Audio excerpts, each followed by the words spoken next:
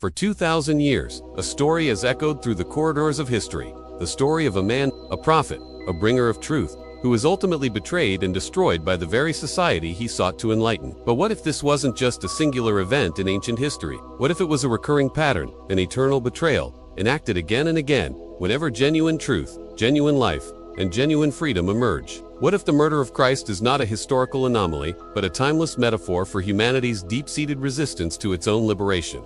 We've journeyed through Wilhelm Reich's revolutionary insights into orgone energy, its cosmic connections, and its tragic suppression. But today, we confront his most provocative, most emotionally charged work, The Murder of Christ. This isn't a theological treatise. This is Reich's searing indictment of humanity, a psychological and social analysis of why we consistently reject, persecute, and ultimately destroy those who embody genuine life, genuine truth, and genuine love. What if the crucifixion wasn't just an act of ancient Rome, but a mirror reflecting our own collective pathology, a pattern we repeat every single day? This episode will expose Wilhelm Reich's chilling theory of the emotional plague, the collective neuroses that drives humanity to destroy its own saviors, its own potential for freedom and happiness. A story of profound insight, tragic foresight, and a warning that resonates more powerfully today than ever before. Stay with us, because understanding the murder of Christ might just be the key to preventing the murder of our own future. To grasp Reich's concept of the murder of Christ, we must first delve deeper into his foundational theory,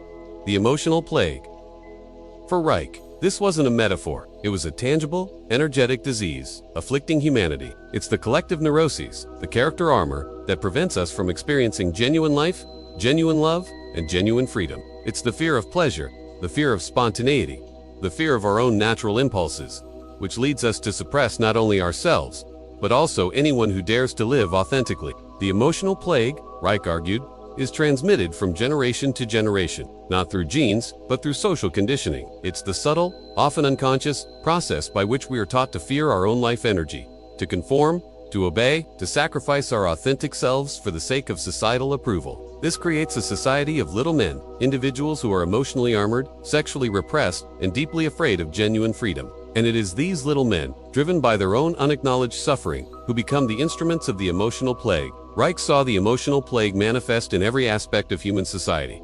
In authoritarian politics, in rigid religious dogma, in destructive economic systems, and in the pervasive fear of sexuality. It's the force that drives us to persecute those who challenge the status quo, those who dare to embody a different way of being, a more alive, more natural way of living. It's the collective shadow that seeks to extinguish any light that threatens its comfortable darkness. But if the emotional plague is so pervasive, so deeply ingrained, is there any hope for humanity? Or are we doomed to repeat this cycle of suppression and destruction forever? Reich believed there was a way out, a path to liberation, but it required a radical confrontation with our own inner demons and with the collective pathology of our society. And it begins with understanding the true nature of the murdered Christ.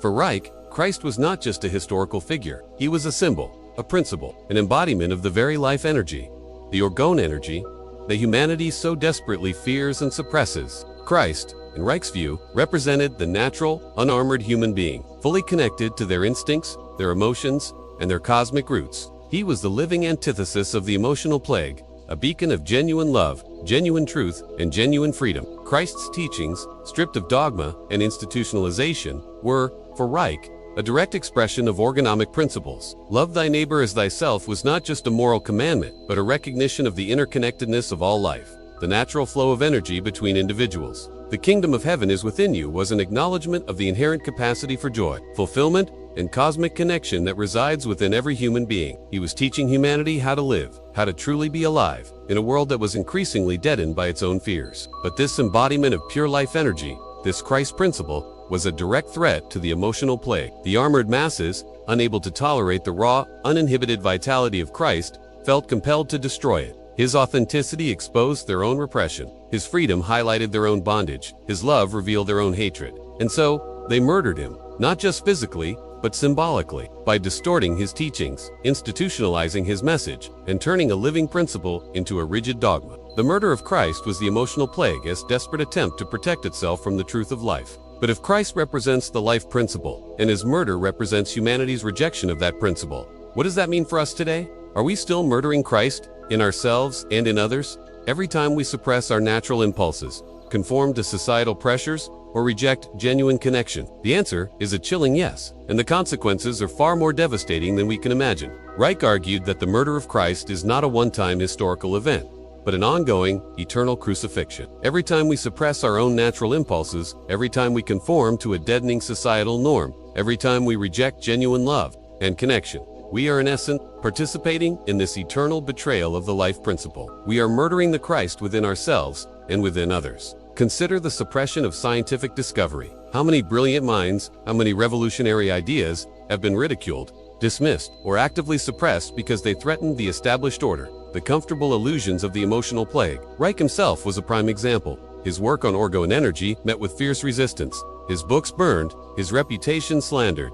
The murder of Christ is the murder of scientific truth, the murder of genuine inquiry. The emotional plague also manifests in our social structures. Look at the way we raise our children, often stifling their natural spontaneity and joy in the name of discipline or order. Look at our workplaces, where creativity and genuine expression are often sacrificed for efficiency and conformity. Look at our political systems, where genuine leadership is often replaced by charismatic demagoguery, and where the will of the people is subverted by the machinations of power. In every sphere of life, the emotional plague seeks to control, to deaden, to destroy the living. But if this murder is so pervasive, so deeply ingrained in our collective psyche, is there any hope for redemption? Can we, as a species, break free from this eternal cycle of self-betrayal?